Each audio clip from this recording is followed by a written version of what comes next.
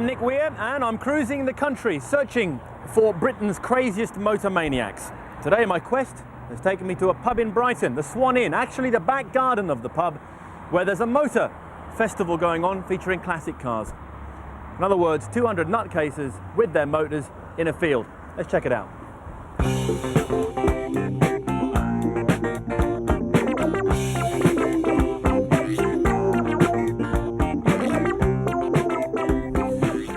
Well, I've had difficulty getting into some of the cars during this series, but this is ridiculous.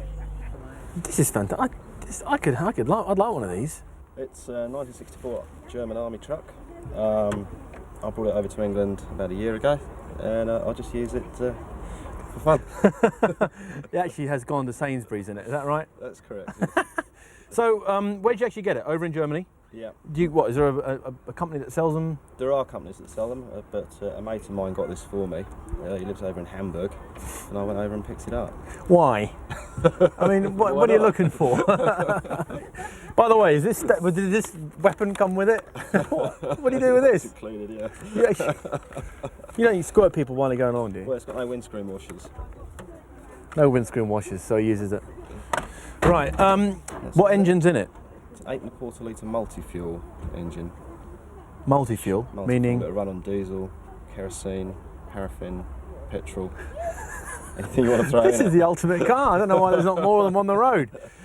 What sort of money you got to dish out for something like it? They vary a lot. They vary a lot depending on who you know and where you buy it. But it's available for £9,000. Yeah, 9,000. It'll sort you out. And you bring it back and away you go. Mm-hmm. Off to Sainsbury's. Yeah. With your squirt gun. He's mad.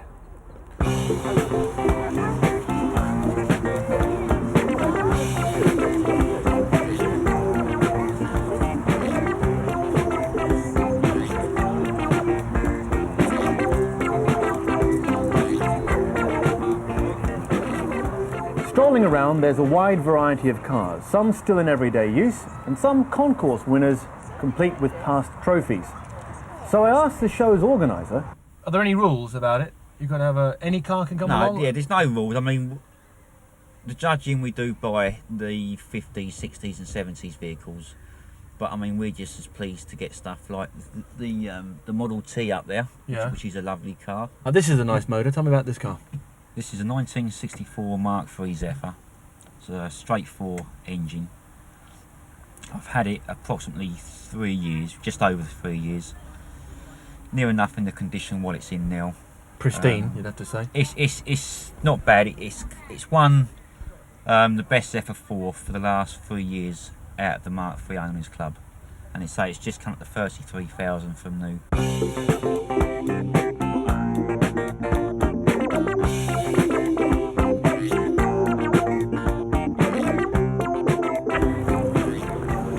What I like about shows like this is it's not about counting rivets. It's all about bringing out your car that you love, and showing it off to people. This field is full of friendly petrol heads. And at this show, the petrol heads come in all shapes and sizes. What kind of effort goes into keeping a car like that? There's a lot of effort. It took me 3 years to do. A lot of hard work, mostly in the evenings when I come home from work. It's absolute. I mean, I'm enthusing about it because there's just not a single piece of dust anywhere on it. I probably just polished it actually before you come up. Oh really? You normally keep it a bit. So tell me about the car itself, a bit of history about it. The car is a 1947 MGTC. It was originally bought by Kent Constabulary from Abingdon in 1947. They used the cars for 3 years as a patrol car. Was it, as police cars are nowadays, was it more souped up than the average car on the road? No, it's as you see it now. It's been restored to the original condition it was in 1947. The only additions to the car was a police bell on the front and the 2 police signs, as you see, one on the back, one on the front. It's lovely, isn't it? You should be very proud of that. It's a great piece of kit. Well, thank you very much. I shouldn't really describe it as a piece of kit, should I? It's a beautiful masterpiece of automotive engineering.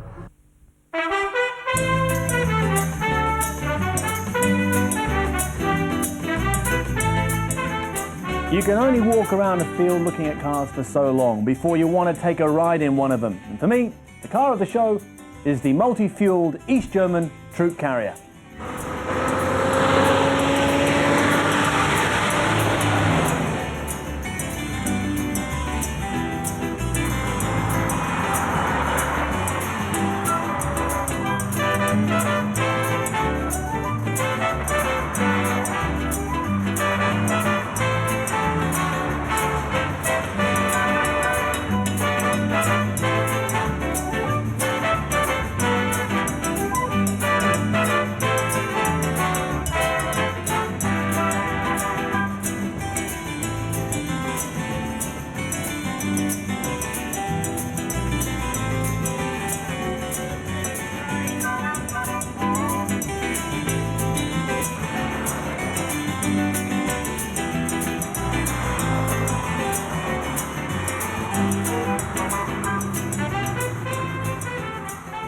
Meanwhile, back at the ranch, the show goes on. And so, from this 1960s Messerschmitt, I bid you a fond farewell. Fritz, take me to the Hammond!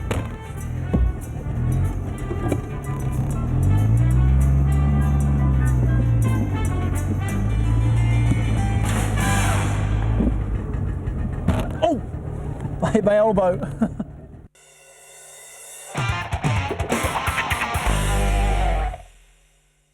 Spacestar, eh? Sounds to me like some spangly 70s disco hit, but Mitsubishi say they've called it that because it's the latest to join the Space family. Remember the Space Runner and the new Space Wagon, and they're hoping it's going to be a star. They also say that it's a compact, semi-tall, whatever that is, profile. Well, to you and me, it's a 5-door family hatch based on the Charisma platform. Don't let that fairly boxy exterior fool you. This isn't another mini MPV. It's certainly not a Renault Scenic competitor, as Mitsubishi are only too keen to point out. The defining factor of the mini MPVs is that they are a monospace. This isn't. It's a 2-box. The engine is in a separate compartment of the car to the bit that I'm sat in now. So get that out of the way right from the start. Mitsubishi say it's in direct competition with your family hatches, perhaps even small estates, but also things like Ford's new Focus and the Mercedes A-Class. So what we seem to be getting here is almost another class entirely of a family hatch, a 5-door, but that's kind of bloated a little bit, in which there's a bit more room. So the important thing is the interior straight away. And climbing into this one, it's a pleasing environment. The fact that it is that bit higher does mean it's fairly spacious in here. To give you an idea of the size of it, it is narrower than an A-Class, lower than an A-Class, but slightly longer. It's about the same on the road as a lower medium family hatch, really, which is you'd expect. It's based on the Charisma. Looking around in here, in this interior, there's one thing that leaps straight away to mind, and I can only say that we must give Mitsubishi the benefit of the doubt and hope that it's on this car and this car only, and that's some of the fit here on this handle is absolutely appalling. If you put your hand there, you could rip a nail off. Very bad. And also, there's a thing missing down here completely, but we'll give them the benefit of the doubt, assume that's not going to be the case when it is in production. One thing that sadly isn't going to change, and I'll get all my whinges out of the way straight away, is this bit of plastic here, which is a bit spangly and a bit shiny. To me, it's a bit My Little Mitsubishi. And on the subject of kiddies' toys, these cubby holes, which are very, very useful, no doubt, for stopping things rattling around, for some reason have been lined with Action Man hair, which the first time the nippers throw the chewing gum in is never ever going to be clean again. As we look around, one thing to bear in mind is this blue colour, these plastic bits can actually be changed. There'll be probably 4 trim levels when it comes to the UK, but you can choose from 3 colours, a green, a blue and a greyish blue, for the interior to tune it to your liking. And it is fairly well equipped. It's not the prettiest of dashboards, but on this one we've got a satellite navigation system and the radio all integrated in one unit and the display for that integrated in one unit over the top with the CD for the satellite navigation to go in. And when you sit here, straight away you have got the high seating position that you'll find in, I know they won't like me for saying it, but a Renault Scenic, and the comparison is inevitable. And if it's not high enough for you, you can make it higher with this little lever. One complaint is that the steering wheel, though not overly uncomfortable, is adjustable only for rake and isn't adjustable for reach, which is a bit of a shame. It does mean that you are always stuck at a bit of a Yorkie lorry driving position for me. And as for the rear, well, we've got a bench seat for 3 people, so nothing spectacular and unusual there. Inside we've got 3 rear headrests, 3 3-point inertia belts, so everybody's nice and safe and secure.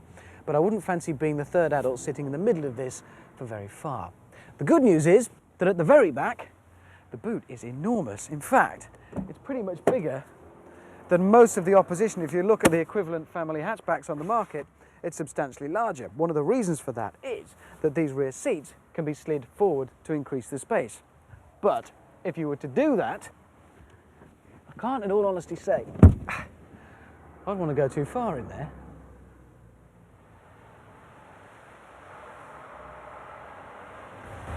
It comes with a choice of 2 engines. There's a 1.3 litre with 4 valves per cylinder. It's very economical, though hardly a rocket ship in the performance stakes, not surprisingly. And then there's this, which is the 1.8 litre. It's dubbed GDI, but don't let that confuse you. There's no diesel involved here. That stands for gasoline direct injection. So it's a petrol engine. The fuel is injected directly into the cylinders. The advantage here, amongst many things, is that it's enabled Mitsubishi carefully to engineer in a bit of variation. Think of Honda's VTEC, the MGF's VVC engine. Both of them enable, in those cases by varying the cam profile or the timing of the cams, to actually tailor the engine according to demand. What Mitsubishi have done is allow that variation by means of varying the time at which the petrol is injected into the cylinder in the course of the engine stroke. I think what that actually means to you and I is there's a little light on the dashboard. When I am easy with the right-hand pedal, then the dashboard lights up and tells me the GDI ecosystem is working and I'm using barely any fuel at all. If I then mash it as hard as I can, the GDI light goes out, but the result is I take off pretty smartly, and it works. As an engine, it does feel flexible. It's nowhere near the marked difference you'd experience with a Honda VTEC engine, but nevertheless, the result will be less fuel used. If you compare it to the opposition, say a 1.8 or 2 litre engine in any comparable small estate or hatch, or even in the kind of mini MPV sector, this thing is substantially more economical. So there's no argument with the figures, and at the end of the day it makes for a comfortable, flexible, if not overly exciting drive.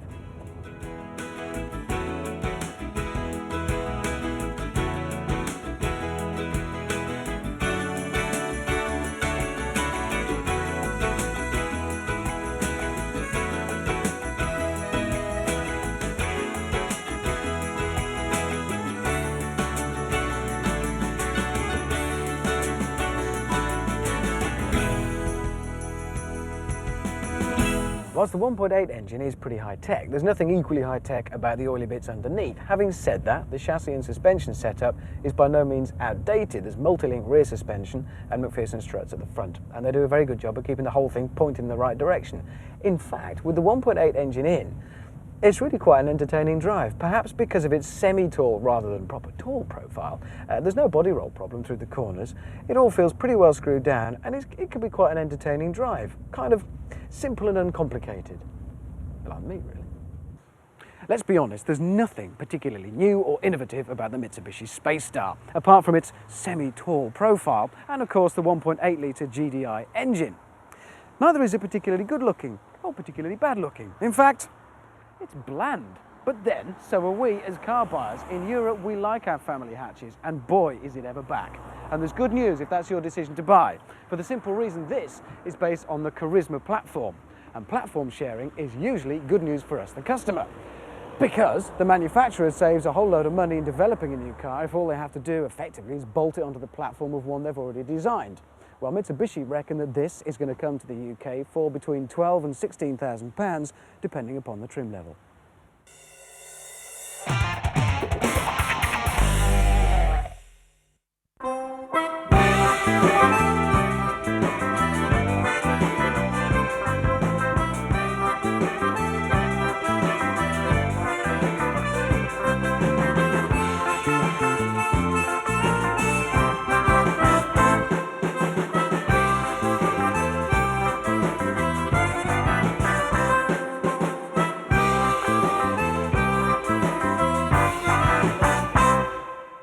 I've got to say the old Cherokee has done pretty much what you'd expect it to do, really. We're not going to go into a great spiel about how good the Cherokee is because we've talked about it on the programme before, several times I think. This dust is getting on my nerves. But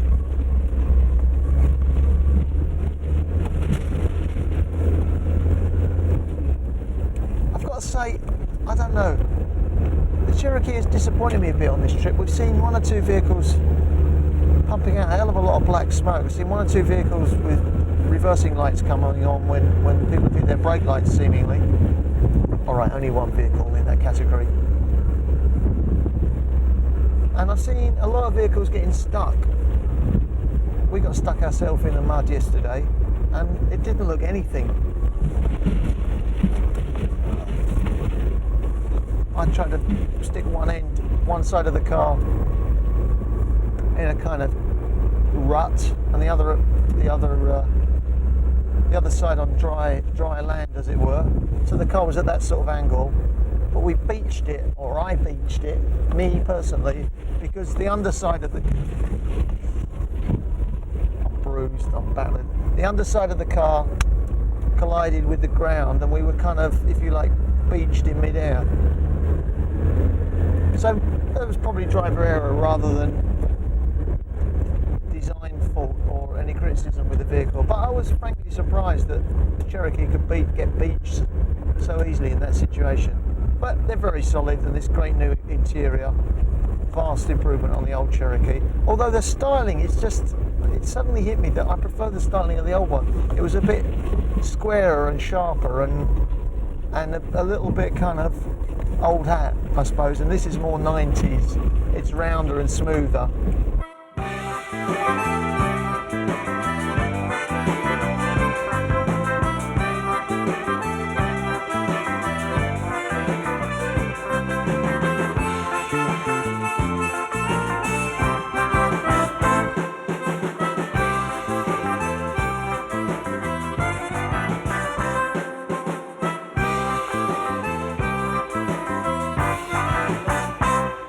This is the lunatic that's just done that to me, taking me through rivers and mountains and forests. And Ty, explain what this vehicle is. Well, it's a self-made vehicle. The chassis is a military Jeep chassis. We put all different lower gears in it, lockers in it, and we wire everything, mount all our own engines and transmissions, and basically build the whole thing. The only thing original is the frame itself.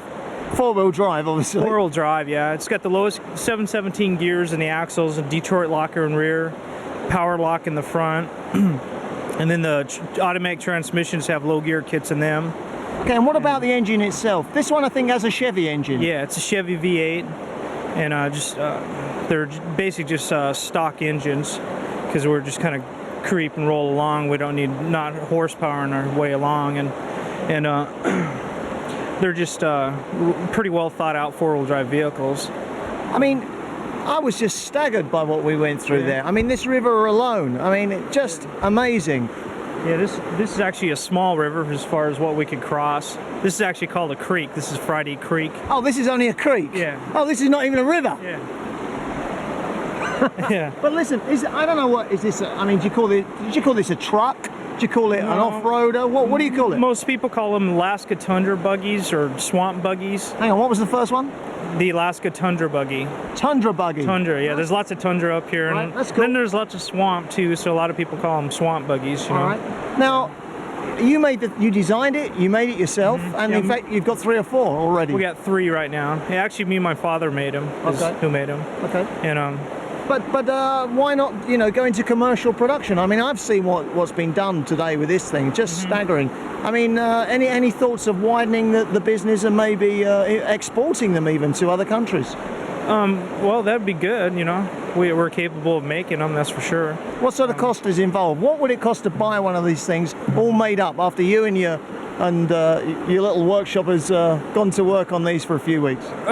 Around $30,000 would be a basic price, $30,000? Yeah. That's about £20,000. Yeah, and that would be, new engines, transmissions, all new gears, lockers, and everything is new. We, like I said, we cut our own glass and wire it completely ourselves. Now, more likely, I think, than anybody in England buying one of these, or in Britain, I should say. Britain, not England, sorry. More likely is that somebody might take a ride in one rather than buy one. If they just happen to be passing through Alaska, or pretty, you know, about 100 miles away from Anchorage, are we about that distance away, and they fancy going to see a glacier, they can hitch a ride with you. What will that cost them for the day? Full day, $89, and that's with meals and drinks and Hey, and it's a long, that's it. it's a long day as well. Yeah, I mean that in the nicest eight possible. hour plus day. Yeah. And so, did you say $90? That's about £60 per person. Okay. Yeah. I guess. Okay, but $90. Yeah, $90. Okay. Yeah. Have I paid you yet? Actually, I don't remember you paying don't you. pay Oh, we'll talk about that later. Yeah, that's. But listen, there was something else I was going to ask you, and that's, you kindly let me have a drive of your vehicle, and I think you were pretty cautious about that. When I asked you first thing, you said no. When you realised what a nice guy I was, Yeah, you so reluctantly agreed. And I've got to say, I was amazed how refined it was. It was very quiet, actually, very easy to drive. Smooth riding and stuff, and Absolutely. the body has its own suspension separate of the main frame suspension. That was quite So- obvious so it- from, right, the, yeah. from the movement. Yeah, yeah. But let me ask you, how many British people have actually driven one of these things? None. You're the first. Yeah. Okay. Yeah. Well, I mean, I am the first Briton in the world ever to drive An Alaskan Tundra Buggy. another first for Britain. We're still discovering things on the other side of the world. This is Mike Rutherford, News at 10, Alaska.